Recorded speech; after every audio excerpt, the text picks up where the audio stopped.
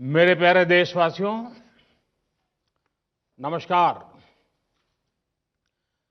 आज के दिन का पूरे देश को बेसब्री से इंतजार रहा है। कितने महीनों से देश के हर घर में बच्चे, बूढ़े, जवान सभी की जुबान पर यही सवाल था कि कोरोना की वैक्सीन कब आएगी। तो अब कोरोना की वैक्सीन आ गई है, बहुत कम समय में आ गई है। अब से कुछ ही मिनट बाद भारत में दुनिया का सबसे बड़ा टीकाकरण अभियान शुरू होने जा रहा है। मैं सभी देशवासियों को इसके लिए बहुत बहुत बधाई देता हूं। आज वो वैज्ञानिक, वैक्सीन रिसर्च से जुड़े अनेकों लोग विशेष रूप से प्रशंसा के हकदार हैं, जो बीते कई महीनों से कोरोना के खिलाफ वैक्सीन बनाने में जुटे थे, दिन रात जुटे थे। न उन्होंने त्योहार देखा है, न उन्होंने दिन देखा है, न उन्होंने रात देखी है। आमतौर पर एक वैक्सीन बनाने में बरसों लग जाते हैं, लेकिन इतने कम समय में एक नहीं, दो मेड इन इंडिया वैक्सीन तैयार हुई है। इतना ही नहीं, कई और वैक्सीन पर भी काम तेज गति से चल रहा है। ये भारत के सामर्थ्य, भारत की वैज्ञानिक दक्षता, भारत के टैलेंट का जीता जागता सबूत है। ऐसी ही उपलब्धियों के लिए राष्ट्रकवि रामधारी सिंह दिनकर जी ने कहा था, मानव जब जोर लगाता है, पत्थर पानी बन जाता है। भाइयों और बहनों, भारत का टीकाकरण अभियान बहुत ही मानवीय और महत्वपूर्ण सिद्धांतों पर आधारित है। जिसे सबसे ज्यादा जरूरी है, उसे सबसे पहले कोरोना का टीका लगेगा। जिसे कोरोना संक्रमण का रिस्क सबसे ज्यादा है, उसे पहले टीका लगेगा।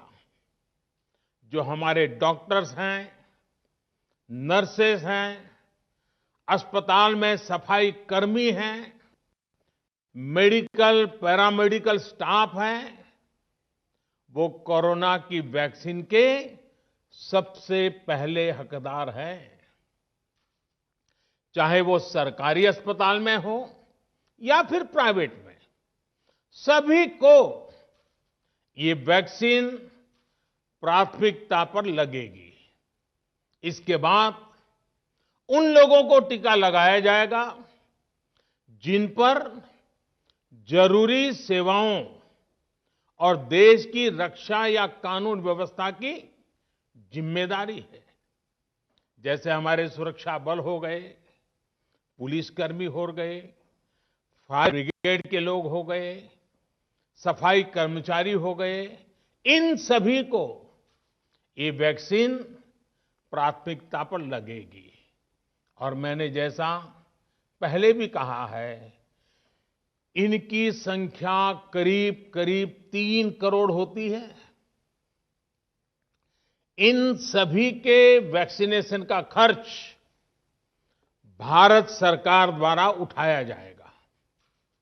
साथियों, इस टीकाकरण अभियान की पुख्ता तैयारियों के लिए राज्य सरकारों के सहयोग से देश के कोने-कोने में ट्रायल्स किए गए हैं, ड्राई रन्स हुए हैं।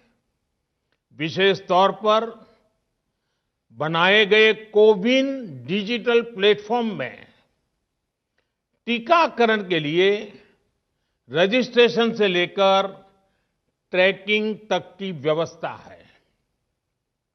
आपको पहला टीका लगने के बाद दूसरी डोज कब लगेगी, इसकी जानकारी भी आपके फोन पर दी जाएगी। और मैं सभी देशवासियों को ये बात फिर याद दिलाना चाहता हूं कि कोरोना वैक्सीन की 2 डोज लगनी बहुत जरूरी है। एक डोज ले लिया और फिर भूल गए, ऐसा गलती मत करना। और जैसा एक्सपर्ट्स कह रहे हैं, पहली और दूसरी डोज के बीच लगभग 1 महीने का अंतराल भी रखा जाएगा। आपको ये भी याद रखना है कि दूसरी डोज लगाने के 2 हफ्ते बाद ही आपके शरीर में कोरोना के विरुद्ध जरूरी शक्ति विकसित हो पाएगी। इसलिए टीका लगते ही आप असावधानी बरतने लगें, मास्क निकाल कर रख दें, 2 गज की दूरी भूल जाएं, ये सब मत करिएगा। मैं प्रार्थना करता हूं, मत करिएगा। और मैं आपको एक और चीज बहुत आग्रह से कहना चाहता हूं। जिस तरह धैर्य के साथ आपने कोरोना का मुकाबला किया, वैसे ही धैर्य अब वैक्सीनेशन के समय भी दिखाना है। साथियों, इतिहास में इस प्रकार का और इतने बड़े स्तर का टीकाकरण अभियान पहले कभी नहीं चलाया गया है।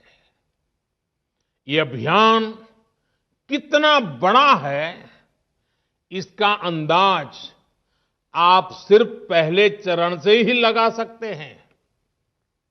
दुनिया के 100 से भी ज्यादा ऐसे देश हैं जिनकी संख्या 3 करोड़ से कम है, और भारत वैक्सीनेशन के अपने पहले चरण में ही 3 करोड़ लोगों का टीकाकरण कर रहा है। दूसरे चरण में हमें इसको 30 करोड़ की संख्या तक ले जाना है।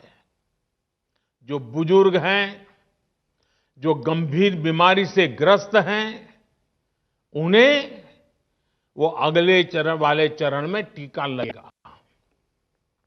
आप कल्पना कर सकते हैं, 30 करोड़ की आबादी से ऊपर के दुनिया के सिर्फ 3 ही देश हैं, खुद भारत, चीन और अमेरिका।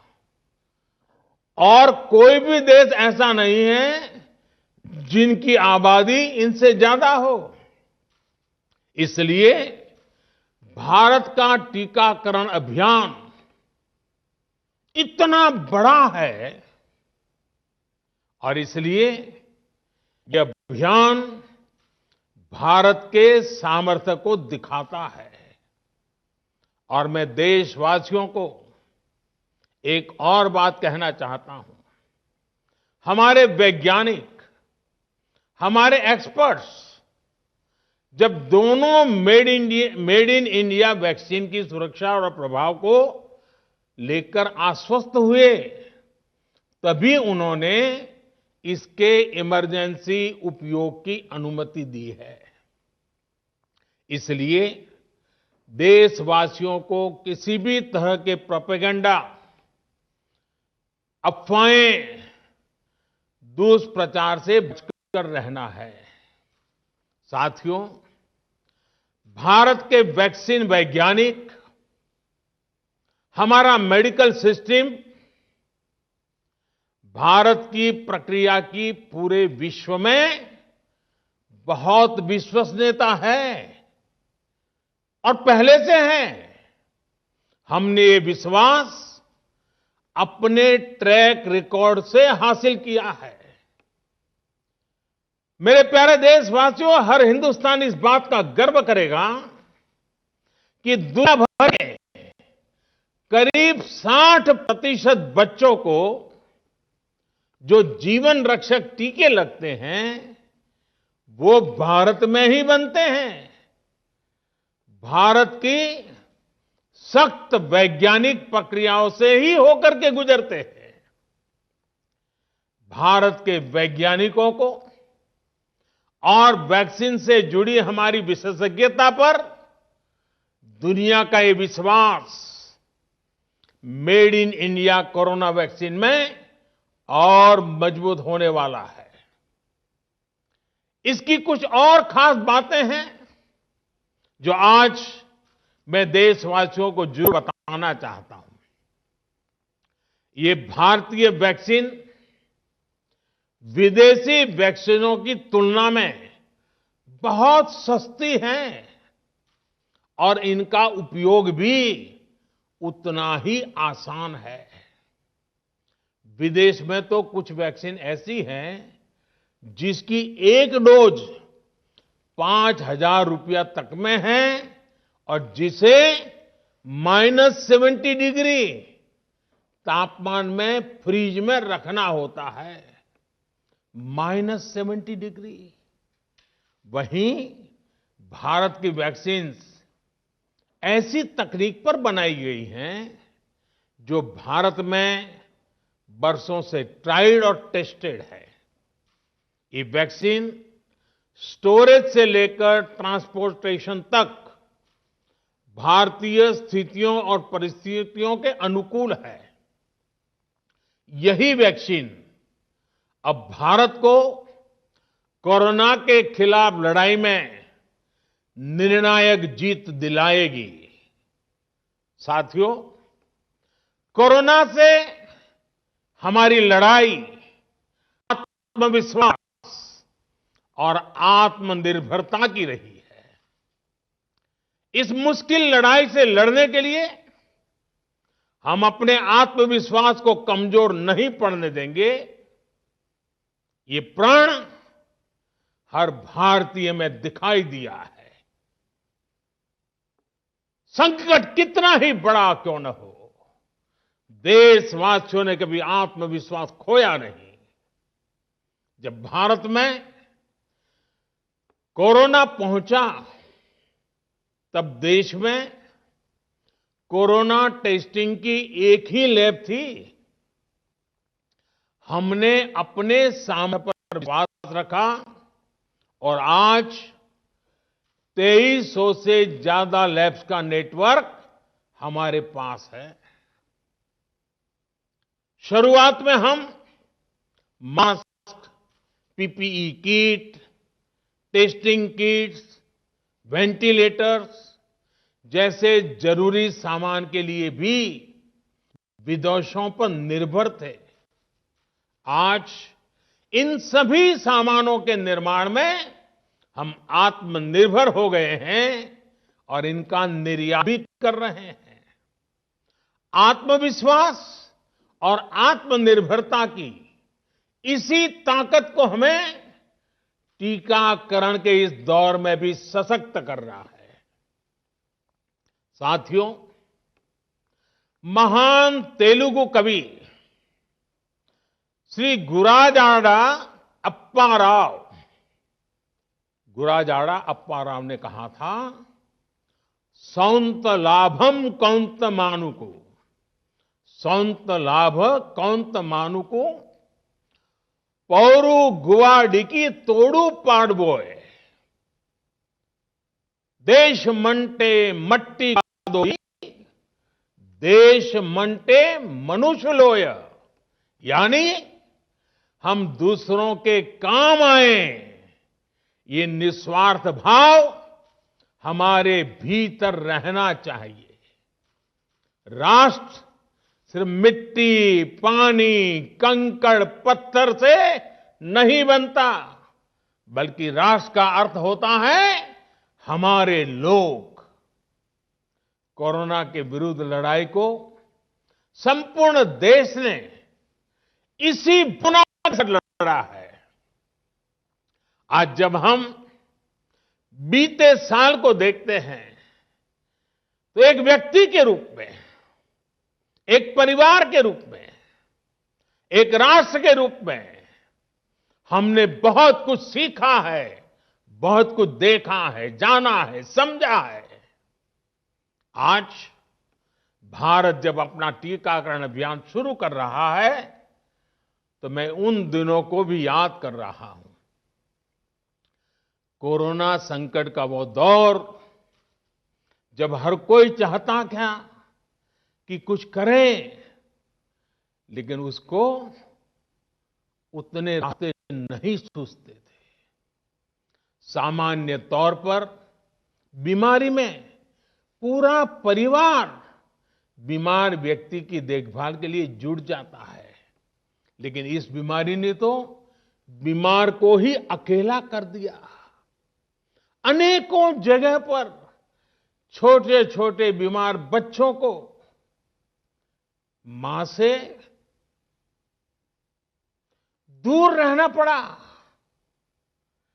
मां परेशान रहती थी, मां रोती थी, लेकिन चाहकर भी कुछ कर नहीं पाती थी। बच्चे को अपनी गोद में नहीं ले पाती थी। कहीं बुजुर्ग पिता अस्पताल में अकेले अपनी बीमारी से संघर्ष करने को मजबूर थे। संतान चाहकर भी उसके पास नहीं जा पाती थी।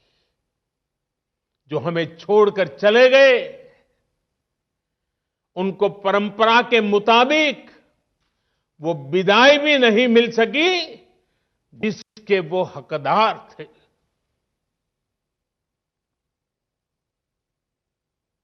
जितना हम उस समय के बारे में सोचते हैं, मन सिहर जाता है, उदास हो जाता है। लेकिन साथियों, संकट के उसी समय में, निराशा के उसी वातावरण में कोई आशा का भी संचार कर रहा था। हमें बचाने के लिए अपने प्राणों को संकट में डाल रहा था। हमारे doctor, nurse, paramedical staff, ambulance driver, ASHA worker, सफाई कर्मचारी, पुलिस के साथी और दूसरे फ्रंटलाइन वर्कर्स, उन्होंने मानवता के प्रति अपने दायित्व को प्राथमिकता दी। इनमें से अधिकांश तब अपने बच्चों, अपने परिवार से दूर रहे, कई कई दिन तक घर नहीं गए।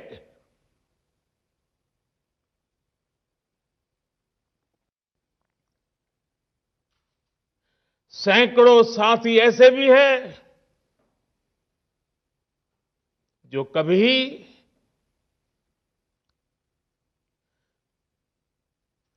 घर वापस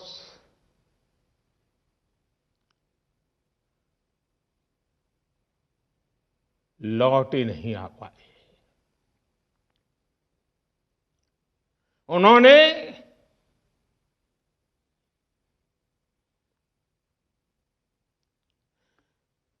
एक एक जीवन को बचाने के लिए अपना जीवन आहूत कर दिया।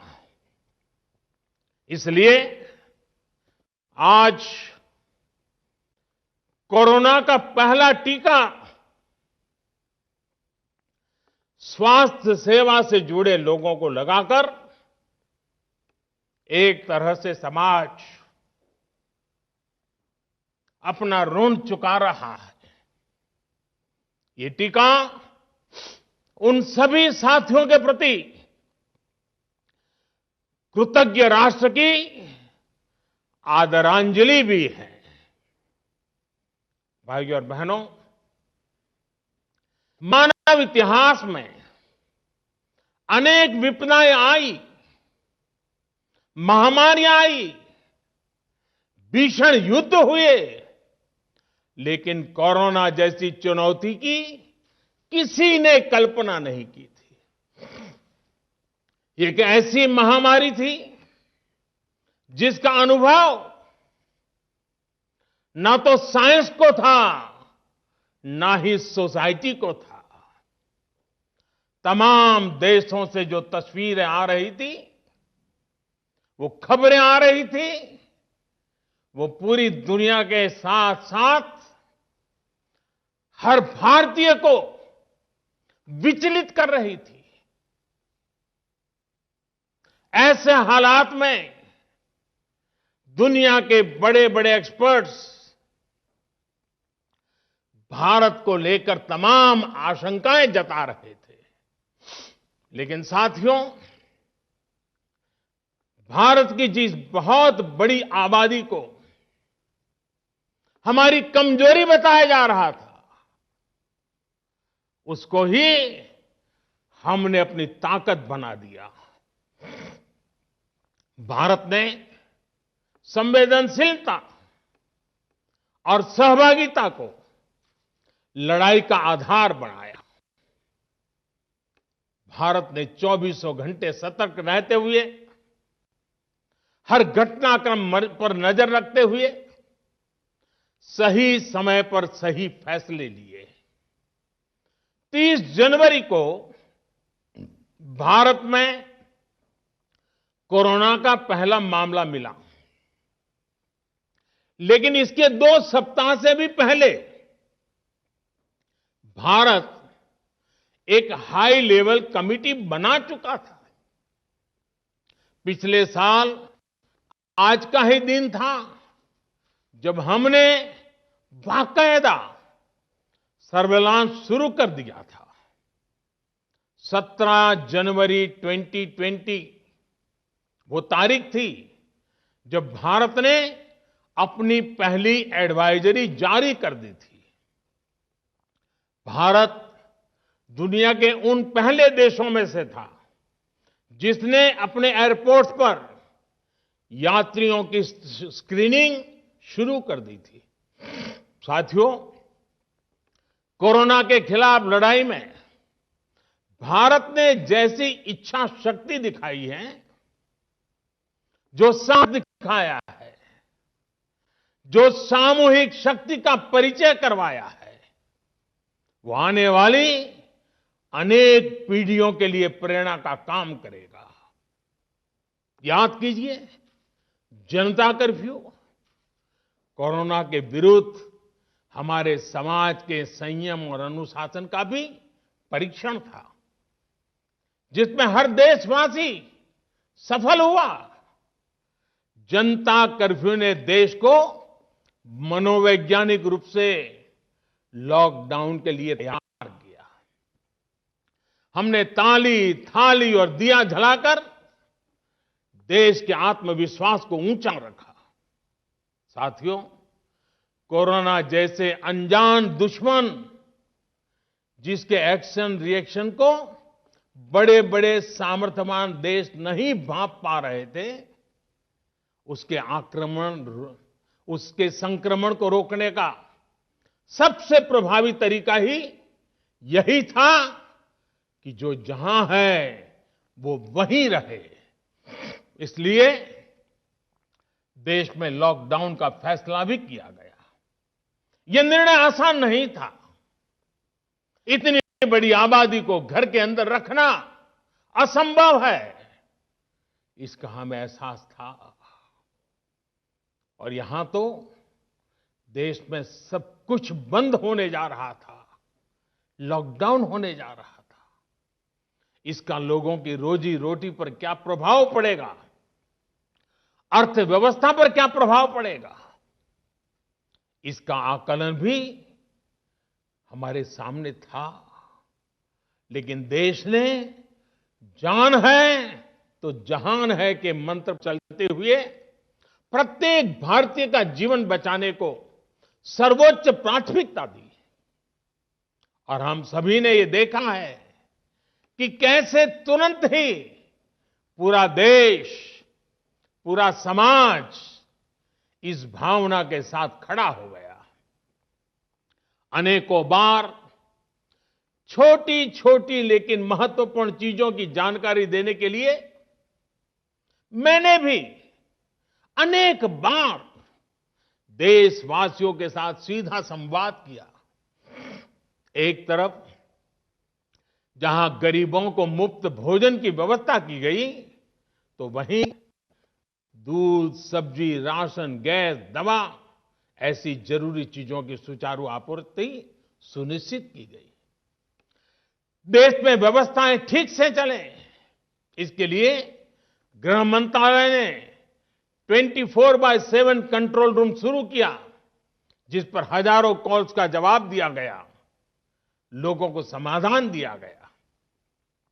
साथियों, कोरोना के विरुद्ध इस लड़ाई में हमने कदम कदम पर दुनिया के सामने उदाहरण प्रस्तुत किया है। ऐसे समय में जब कुछ देशों ने अपने नागरिकों को चीन में बढ़ते कोरोना के बीच छोड़ दिया था, तब भारत चीन में फंसे हर भारतीय को वापस लेकर आया। और सिर्फ भारत के ही नहीं, हम कई दूसरे देशों के नागरिकों को भी वहां से वापस निकाल करके लाए। कोरोना काल में वंदे भारत मिशन के तहत 35 लाख से ज्यादा भारतीयों को विदेशों से भारत लाया गया। ये याद है, एक देश में जब भारतीयों को टेस्ट करने के लिए मशीनें कम पड़ रही थी, तो भारत ने पूरी टेस्टिंग लैब यहां से वहां भेज करके उसको वहां सजाया, लगाया, ताकि वहां से भारत आ रहे लोगों को टेस्टिंग की दिक्कत ना हो। साथियों, भारत ने इस महामारी से जिस प्रकार से मुकाबला किया, उसका लोहा आज पूरी दुनिया मान रही है। केंद्र और राज्य सरकारें, स्थानीय निकाय, हर सरकारी संस्थान, सामाजिक संस्थाएं कैसे एकजुट होकर बेहतर काम कर सकते हैं, ये उदाहरण भी भारत ने दुनिया के सामने रखा। इसरो, डीआरडीओ, फौज से लेकर किसानों और श्रमिकों तक सभी एक संकल्प के साथ कैसे काम कर सकते हैं, ये भारत ने दिखाया है। 2 गज की दूरी और मास्क है जरूरी, उस पर फोकस करने वालों में भी भारत अग्रणी देशों में रहा। भाइयों और बहनों, आज इन्हीं सब प्रयासों का परिणाम है कि भारत में कोरोना से होने वाली मृत्यु की दर कम है और ठीक होने वालों की दर बहुत अधिक है। देश के कई जिले ऐसे हैं जहां एक भी व्यक्ति को हमें कोरोना की वजह से खोना नहीं पड़ा। इन जिलों में हर व्यक्ति कोरोना से ठीक होने के बाद अपने घर पहुंचा है। बहुत से जिले ऐसे भी हैं जहां बीते 2 सप्ताह से कोरोना संक्रमण का एक भी केस नहीं आया है। जहां तक कि लॉकडाउन के से प्रभावित अर्थव्यवस्था की रिकवरी में भी भारत दुनिया में आगे निकल रहा है।